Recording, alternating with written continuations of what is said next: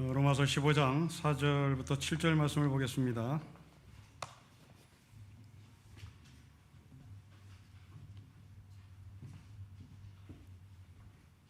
(15장) 4절부터 7절입니다. 우리 한 절씩 기도하겠습니다. 무엇이든지 전에 기록된 바는 우리의 교훈을 위하여 기록된 것이니 우리로 하여금 인내로 또는 성경의 위로로 소망을 가지게 함이니라.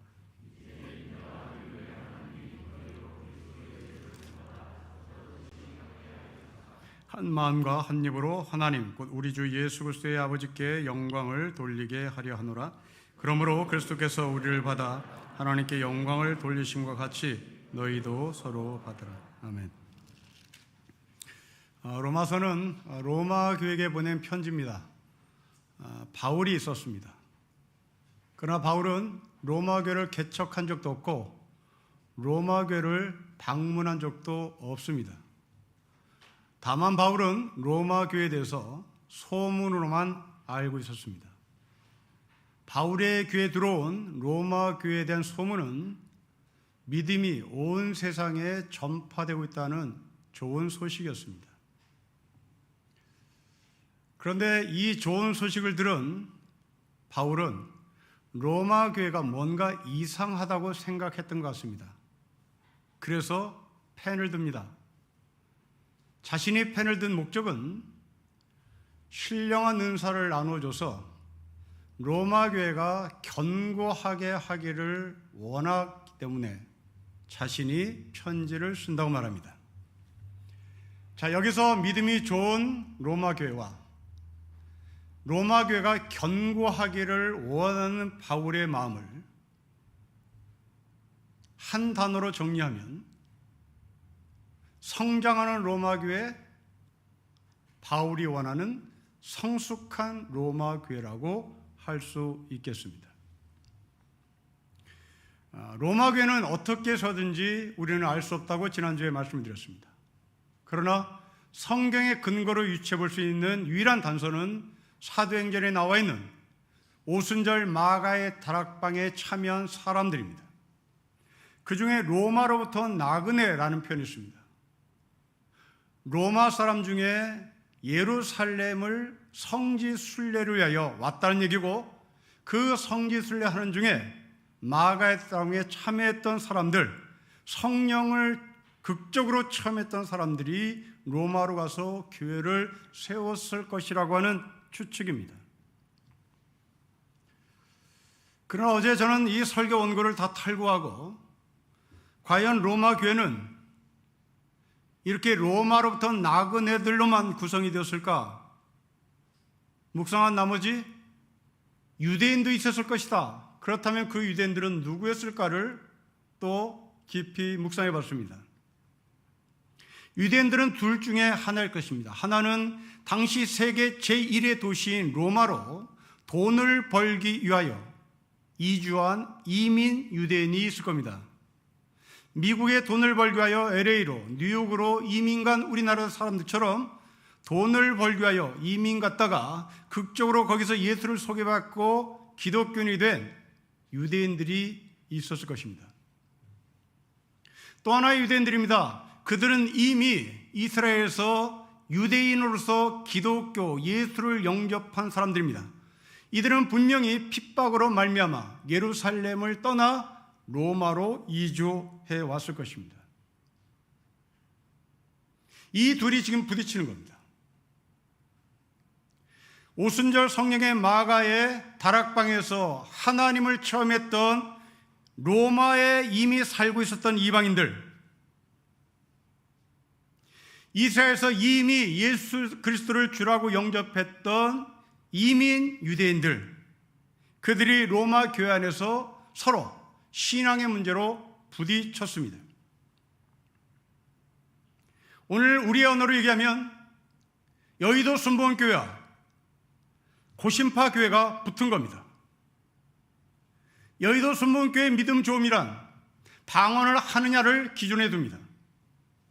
그러나 고신파의 믿음이 좋으냐는 주일날 음식을 사 먹느냐 사 먹지 않느냐로 구분합니다. 지금 로마 교회는 이렇게 여의도 순복음파와 고신파가 붙었습니다. 이것은 곧 자신의 성숙함이 없다는 것을 스스로 증명하는 겁니다.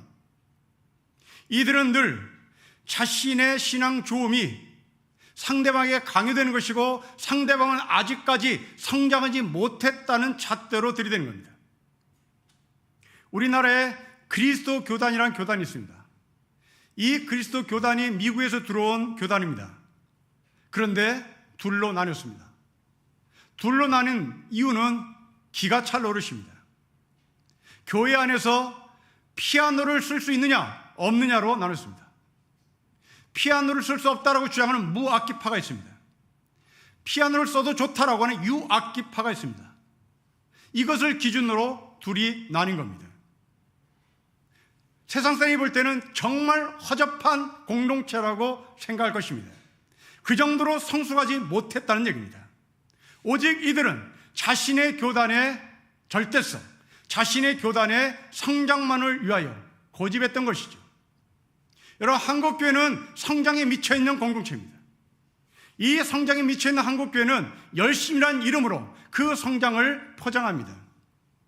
그리고 교회 목사들은 설교를 통하여 이 열심을 계속 강조하며 성도들에게 자신을 따라오라고 얘기합니다. 그 열심이 없는 사람은 하나님께서 복을 내리지 아니하시고 하나님께서 열심인 사람은 복을 내린다고 얘기합니다. 그래서 우리나라만큼 열심인 교회는 없습니다. 우리나라만큼 모이기에 열심인 교회는 세상에 찾아볼 수가 없습니다. 새벽기도의 열심입니다. 그리고 목사는 새벽기도의 열심을 강조합니다. 그래야 하나님께서 복을 내리신다고 얘기합니다. 여러분, 이렇게 말하는 목사의 설교의 핵심은 뭘까요? 우리 교회가 빨리 성장해야 된다는 데 목적이 있습니다. 소가 뒷걸음 치다가 뭘 밟았다고 가정하십시다. 그렇게 열심을 강조하고 새벽기도에 열심을 강조했다가 누군가가 대박이 터졌습니다. 누군가가 돈을 많이 벌었습니다. 누군가가 출세했습니다. 그렇다면 당연히 거기에 감사해서 헌금이 많이 들어오겠죠. 헌금이 많이 들어오는 것은 곧 성장입니다. 한국의 목사의 설교는 대부분 여기에 초점이 맞춰져 있습니다. 로마교회가 그랬다는 겁니다. 바울은 이 로마교회를 책망하지 않습니다. 그거 좋은 것이다. 온 세상에 너희의 믿음이 전파된 것을 나는 좋게 본다. 인정합니다. 그러나 성장 함께 당신들은 성숙을 했느냐고 묻습니다. 여러분, 어린아이들, 청년들은 그리고 청소년들은 계속 성장합니다. 그러나 이제 30이 넘어가면 성장은 멈춥니다. 성장이 멈추면서 이제 우리 인간에게 요구되는 것은 성숙이 요구됩니다. 어린아이들은 철이 없습니다. 막 자라기 때문에 그렇습니다. 성장해야 되기 때문에 그런 겁니다. 그리고 그 어린아이들에게 성숙을 요구하지는 않습니다.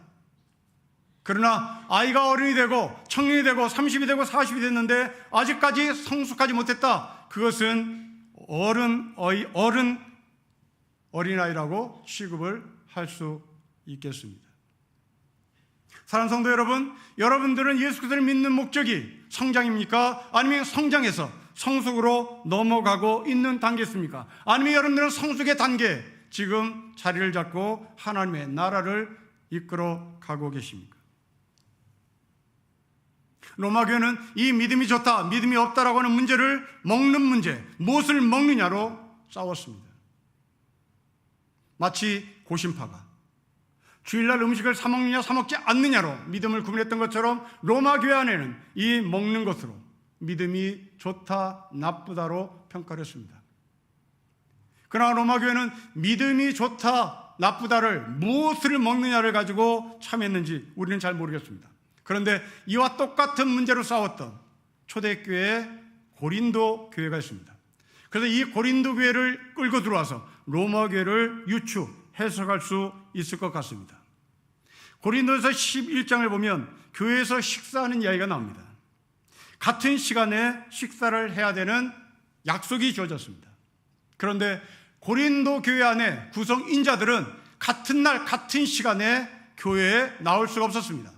지금 이 시대와 똑같습니다. 2000년의 고린도 교회 정규직들은 정확한 시간에 예배에 나와서 예배를 드리고 저녁 식사에 참여했습니다. 그러나 비정규직들, 노예들, 종들, 그리고 주인을 잘못 만나 늦게 퇴근한 사람들, 그들은 약속된 시간에 교회에 나올 수가 없었습니다.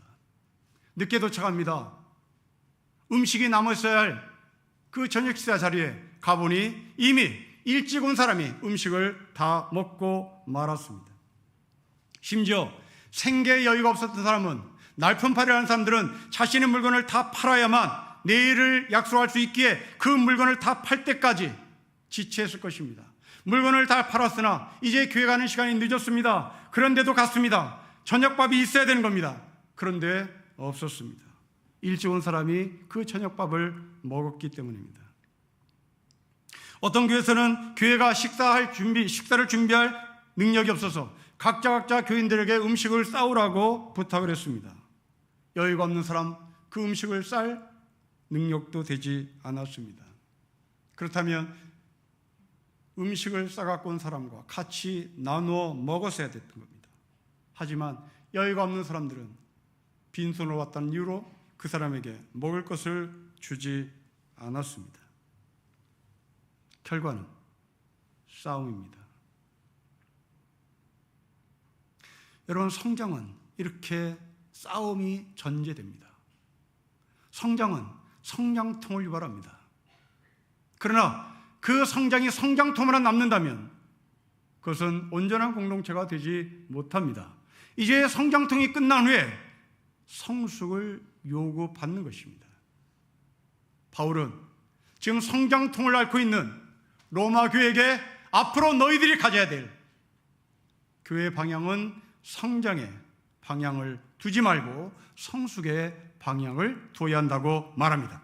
자, 이 배경을 들고 여러분 15장 1절을 보십시오. 우리 1절을 다시 한번 읽겠습니다. 시작. 믿음이 강한 우리는 마땅히 믿음이 약한 자의 약점을 담당하고 자기를 기쁘게 하지 아니할 것입니다. 성숙하라고 얘기하는 겁니다. 로마교회 교인들이여, 당신들은 성장에만 목매지 마시고 성숙에도 관심을 가지라고 말합니다. 성도 여러분, 여러분들의 신앙의 열심은 어디에 있습니까?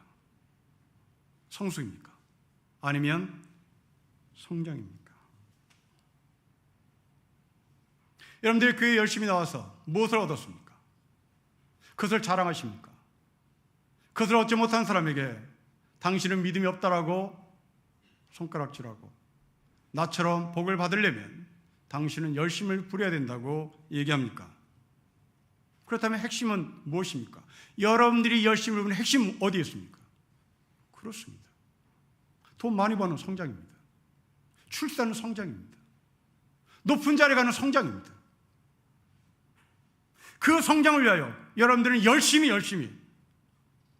교회에 나오는 겁니다. 그 성장을 위하여 열심히 밤을 새워서 고시 공부를 하는 젊은이들처럼 그렇게 열심을 부리는 겁니다. 젊은 여러분, 여러분들이 왜 돈을 법니까? 그 돈을 버는 이유는 지금 성장입니다. 내가 빨리 성장해야 되기 때문에 그런 겁니다. 네, 좋습니다. 그러나 그 성장이 성숙으로 연결되지 않으면 여러분들이 돈 버는 그 돈은 썩음으로 나타날 것입니다. 청년, 성장과 성숙의 경계선에 있습니다. 아직까지 이 성장과 성숙의 경계선에 있는 청년들이 성숙에 관심이 없다면 여러분들의 인생은 뻔합니다. 이악스럽게 살겠죠. 무섭게 살겠죠. 우리는 그런 사람을 가리켜 동물이라고 말하지 않고 금수라고 말하는 겁니다. 청년 여러분, 금수는 되지 맙시다. 어른이 됩시다. 성숙한 어른이 되십시다. 바울은 성장주의자들에게 이렇게 말합니다. 여러분 4절을 같이 읽겠습니다. 시작. 무엇이든지 전에 기록된 바는 우리의 교훈을 위하여 기록된 것이니 우리로 하여금 인내로 또는 성경의 위로로 소망을 가지게 함입니다. 전에 기록된 바라는 말은 구약 성경을 말합니다. 구약 성경이 당시 로마 교육인들에게 교훈을 주고 깨달음을 준다고 말씀합니다. 여기서 이 깨닫는다는 말은 실패를 전제할 때 쓰는 말입니다. 여러분, 성경은 실패한 우리에게 깨닫게 하시고 나아갈 길을 보여주는 우리의 거울입니다. 로마교회 교인들을 보십시오. 구원받은 사람들입니다. 그런데 그 믿음을 자신의 잘남을 드러내는 데만 사용했습니다. 성숙하지 못했던 겁니다. 그건 실패입니다. 여러분, 놀랍게도 이런 실패는 이렇게 성장에 목매다가 실패한 사람들이 구약 성경에 정말 많습니다. 그 중에 광야에서 만나와 메추라기를 거둬들인 이스라엘 백성들을 예로 들어보면 좋겠습니다. 하나님은 광야에 나온 이스라엘 백성들에게 만나를 거두라고, 그런데 조건이 있습니다. 하루분만 거두라고 부탁합니다. 만일 너가 하루분 이상의 만나를 거뒀다가는 그 만나는 썩어 없어질 것이라고 경고합니다. 이런 이 말을 듣는 사람이 누굽니까? 홍해바다를 건넌 사람입니다.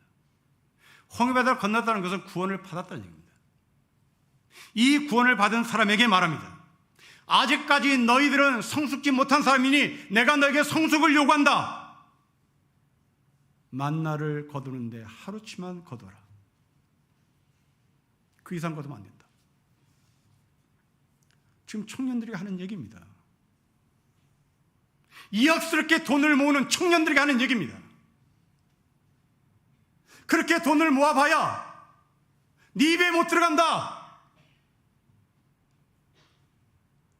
그 돈은 선물로 날릴지, 그 돈은 도박으로 날릴지, 그 돈은 바람으로 날릴지 모른다.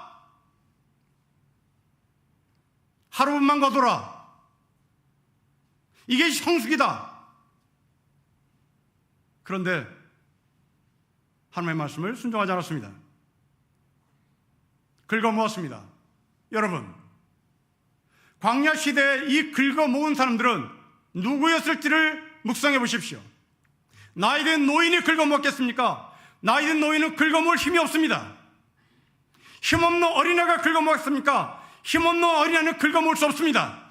누가 긁어모았겠습니까? 그렇습니다. 20대, 30대, 40대 청장년들이 긁어모은 겁니다. 그러나 그 만나는 썩었습니다. 구원은 받았으나 실패했습니다. 우리가 받은 구원은 두 가지 영역에서 확인을 해야 합니다. 첫째는 나는 구원을 받았는가? 나는 구원의 확신이 있는가? 라고 하는 질문입니다. 둘째는 내가 얻은 구원을 가지고 하나님께 순종하고 있는가? 광야에서 만나를 거두라는 하나님의 말씀에 순종하고 있는가라는 질문입니다. 이 두 번째 질문은 성숙을 요구합니다. 이 두 번째 질문은 넉넉한 어른의 마음을 요구합니다. 사랑하는 성도 여러분, 여러분들이 갖고 있는 구원은 무엇입니까? 홍해바다를 건넜습니까? 만나와 메추라기를 거두는데 이악스럽게 거둡니까? 이게 나의 미래다. 이게 나의 미래의 저축이다. 이게 나의 미래의 보험이다. 그러고 거둬드립니까? 거듭 말씀드립니다. 그 돈은 바람에 날릴지 모릅니다. 그 돈은 주식에 날릴지 모릅니다. 그 돈은 바람에 날릴지 모릅니다.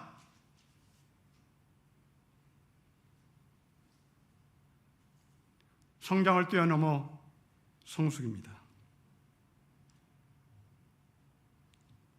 대부분의 성도들은 구원의 확신으로 자신의 신앙을 울고 먹는 것 같습니다. 그러다가 실패하면 하나님을 원망합니다. 그럴 때 여러분들은 구약으로, 신약으로 돌아가야 합니다. 성경으로 돌아가야 합니다. 하나님이 나를 미워한 것이 아닙니다. 내가 하나님을 미워했습니다. 하나님이 실패한 것이 아닙니다. 내가 하나님의 길을 벗어났습니다. 우리는 구원을 받은 후 곧바로 가나안을 만나지 않습니다.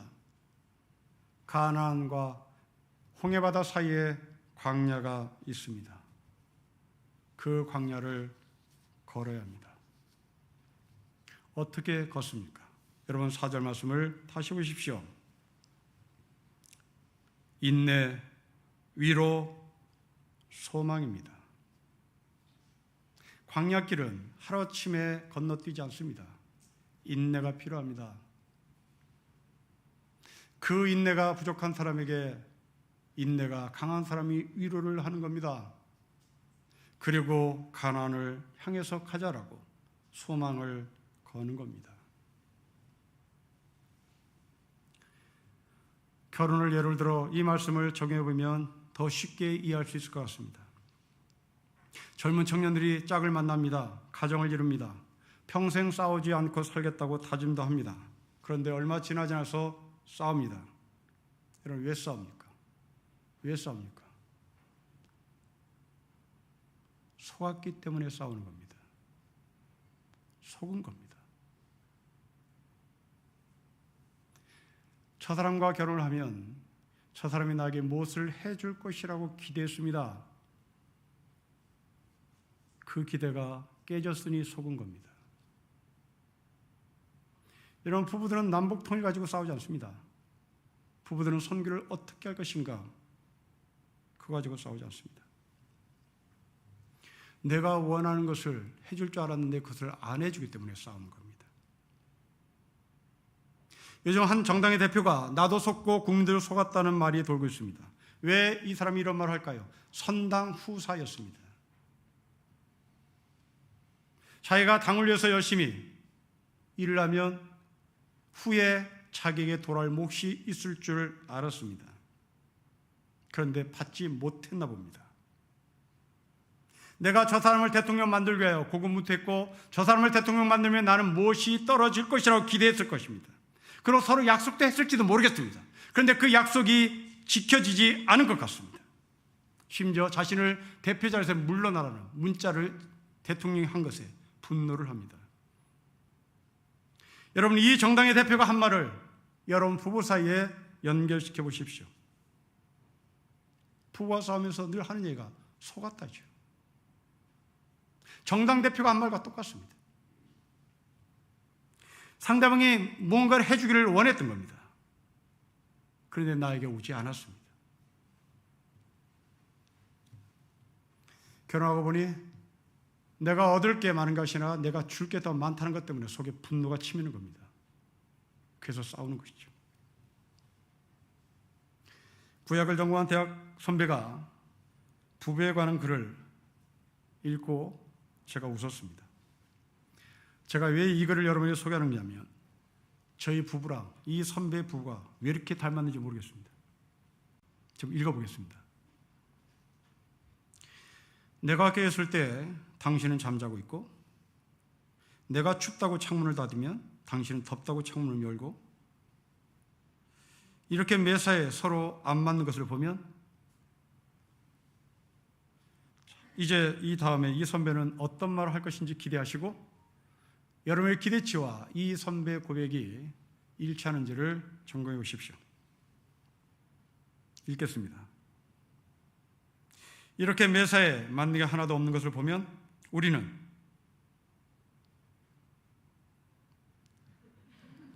천생연분 모자이크가 되어 조화를 이루는 부부가 만나보네. 저는 에어컨을 끄자는 파입니다. 집사람은 기초세력이 높기에 에어컨을 키자는 파입니다. 아직까지 저는 모자이크가 안 된 것 같습니다. 아직 저는 천생연분의 성숙한 단계까지는 못 간 것 같습니다. 이게 부부입니다. 여러분 현대인들은 저마다 외로움의 삶을 살고 있는 것 같습니다. 같은 공간에서 사는 가족도 외로움을 느낍니다. 그래서 사람들은 SNS에 중독이 드는 것 같습니다. SNS를 통하여 키를 쓰고 관계를 맺으려고 하는 것이 치근하기까지도 합니다. 누군가 문자로 대화를 나누면서 맨 마지막에 키읔 하면 왠지 마음이 좋습니다. 히읗을 쓰면 좀 위로를 받는 것 같습니다. 구독, 좋아요를 누르면 신납니다. 칭찬 댓글을 달면 날아갈 것 같습니다. 이게 다 어디에서 나온 것입니까? 외롭기 때문입니다. 그러게 남에게 인정받고 남에게 위로받고 싶은 사람들은 SNS에 천착하는 것 같습니다. 사랑하는 성도 여러분, 남편에게 아내에게 키역키역키라도 하십시오. 뭐 히읗히읗이라도 해보시죠. 요즘 뉴스에서 나오는 체리 따봉 이모돈 하나 사서 대통령처럼 해보십시오. 그게 대통령이 보냈는지 대통령 부인이 보냈는지 지금 한간에서 떠도는 이야기는 복잡합니다만은 그 체리 따봉이 특별한 의미가 있다면 우리도 그거 얼마 하겠습니까? 체리 따봉 하나 사서 키역키역을 하나 덧붙이면 남편이 아내가 좀 위로를 받지 않을까요? 이런 바울은 예배서 5장에서 이런 말씀합니다. 자기 육신을 미워하는 사람은 없습니다. 누구나 자기 육신을 먹여 살리고 돌보기를 그리스도께서 교회를 그렇게 하시듯이 합니다. 우리는 그리스도의 몸의 지체입니다. 자신의 육신을 미워하는 사람은 없습니다. 그 육신이 여러분의 부인입니다. 여러분의 남편입니다.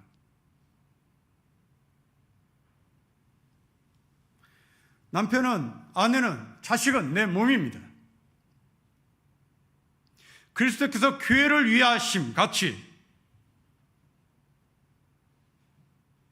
여러분의 남편, 여러분의 아내, 자식을 대해야 합니다. 인내, 위로, 소망입니다. 조선시대 때 소위 복음을 전하는 방법 중에 양말론 복음이라는 전도 방법이 있었습니다. 우리가 신는 양말입니다. 당시 우리나라는 버선 문화였습니다. 한 성도가, 복음을 전하는 성도가 버선 하나를 들고 이 버선을 신어보라고 부탁합니다. 발이 컸던 이 사람은 작은 버선이 신겨질 리가 없지요. 이어서 이 복음을 전하는 사람은 자기 주머니에서 손바닥만한 양말 하나를 꺼냅니다. 신어보라고 부탁합니다. 신기 전에 이 사람은 신을 수 없다. 내 발이 얼마나 큰데 이 손바닥만한 버선같이 생긴 이 양말이 어떻게 들어갈 수 있는가라고 반문합니다. 그냥 신어보라고. 결과는 놀라웠습니다. 결과는 쑥 들어갔습니다. 이 복음 전한 자는 그 길을 타서 예수를 전합니다. 복음은 이렇게 공평한 것입니다. 복음은 어른도, 아이도, 양반도, 상반도 거부하지 않습니다. 이 양말처럼 부드럽게 들어갑니다. 아무 발이나 어떤 누구나 이 양말을 신을 수 있습니다. 여러분의 남편이 복음과는 거리가 멀다고 생각하지 마십시오. 양말론을 믿어보십시다. 복음과 먼 사람이 아니라 양발을 신어보지 못했을 뿐일지도 모릅니다. 인내함으로 양발 신기를 기다려 보십시다. 양말을 신도록 옆에서 위로를 해보십시다. 양말을 신을 것이라는 소망을 거두지 말아오십시다. 이스라엘 백성들 보십시오. 가나안의 목전을 두고 자신들이 메뚜기 같다고 이스라엘 백성들 절망합니다. 그러나 여러분 생각해 보십시오. 과연 이스라엘 백성들은 가나안 사람들 앞에 메뚜기였을까요? 저는 그렇게 생각하지 않습니다. 가나안은 농경 문화입니다. 농경 문화는 많이 걷지 않습니다. 농경 문화는 발바닥이 부드럽습니다.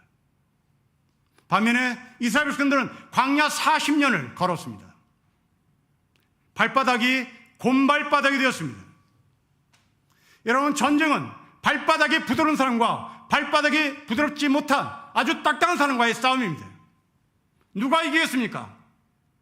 당연히 광야 40년 발바닥이 곰발바닥이 된 이스라엘 백성들이 이길 수 있습니다. 그런데 지레 겁먹었습니다. 여러분, 이게 우리가 아닌가 싶습니다. 여러분도 하나님의 백성입니다. 왜 세상을 두려워합니까? 세상을 두려워하는 이유가 무엇입니까? 여러분, 세상은 발바닥이 부드러워요. 그러나 하나님은 우리를 연단시킵니다. 우리의 발바닥을 곰발바닥으로 만들어 오셨습니다. 우리가 세상을 이길 수 있다는 얘기입니다. 청년 여러분, 여러분들이 왜 세상을 무서워합니까? 세상을 무서워하는 이유가 무엇입니까? 여러분들은 어떤 어른들보다 발바닥에 힘이 있는 거 아닙니까? 80 먹은 노인보다 여러분의 발바닥은 더 센 발바닥이 아닙니까? 그런데 왜 겁을 먹습니까? 이미 하나님께서 여러분 발바닥을 단단하게 해주셨다면 우리는 세상을 두려워할 이유가 없다는 얘기입니다. 하나님은 그렇게 우리를 훈련시켰습니다. 지금도 훈련시키고 계십니다. 앞으로 훈련을 그렇게 시킬 것입니다. 그러기에 세상을 보고 겁먹을 이유가 없습니다. 물론 그 곰발바닥으로 가나안과 싸우는 것은 현실적인 고통은 분명합니다. 이때 바울은 하나님의 말씀으로 우리를 위로합니다. 여러분, 7절을 같이 읽겠습니다. 시작. 그러므로 그리스도께서 우리를 받아 하나님께 영광을 돌리시고 같이 너희도 서로 받습니다. 너희도 서로 용납하라고 합니다.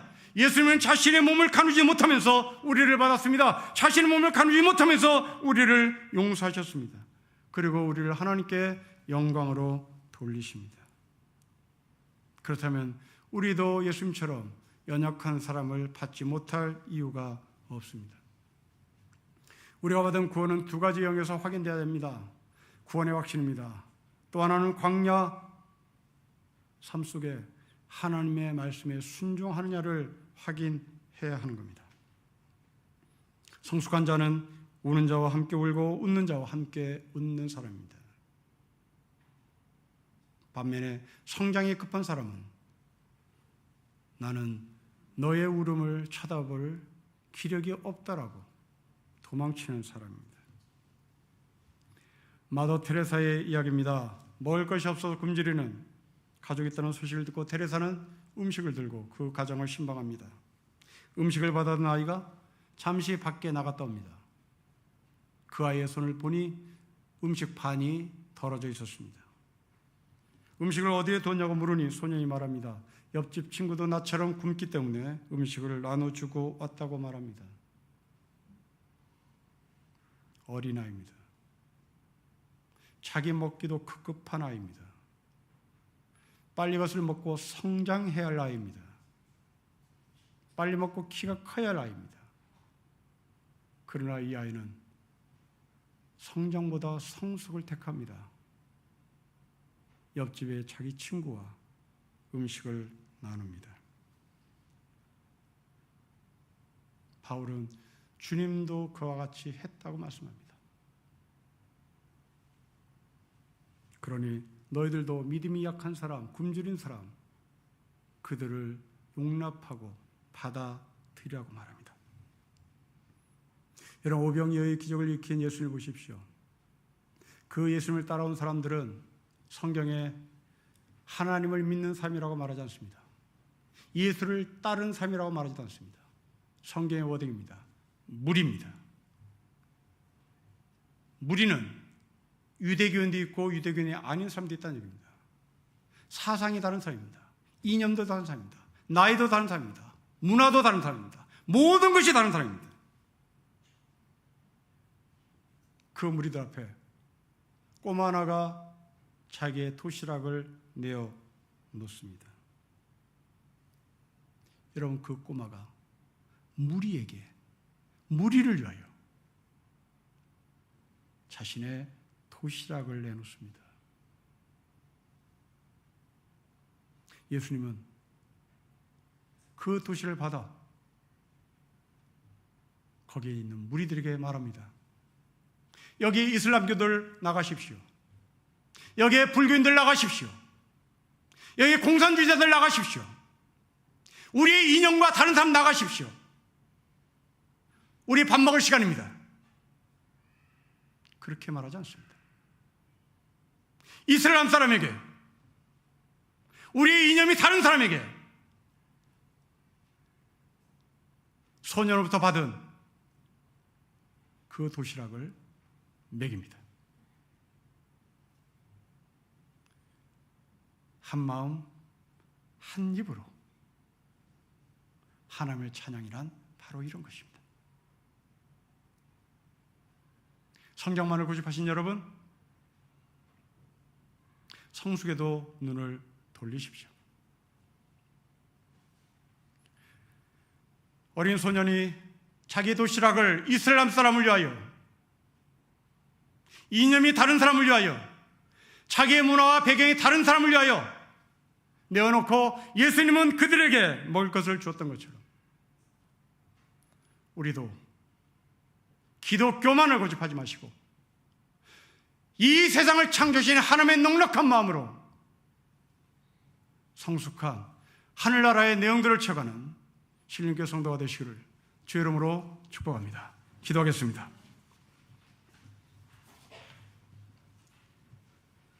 우리에게 이제 그만 성장의 설교를 멈추고 성숙의 설교를 들을 수 있는 귀를 갖게 하셔서 연약한 자를 용납하고 무리들에게 오병이의 기적을 베푸신 예수님의 사랑을 우리도 감당케 하옵소서. 주 예수 그리스도의 이름으로 기도합니다. 아멘.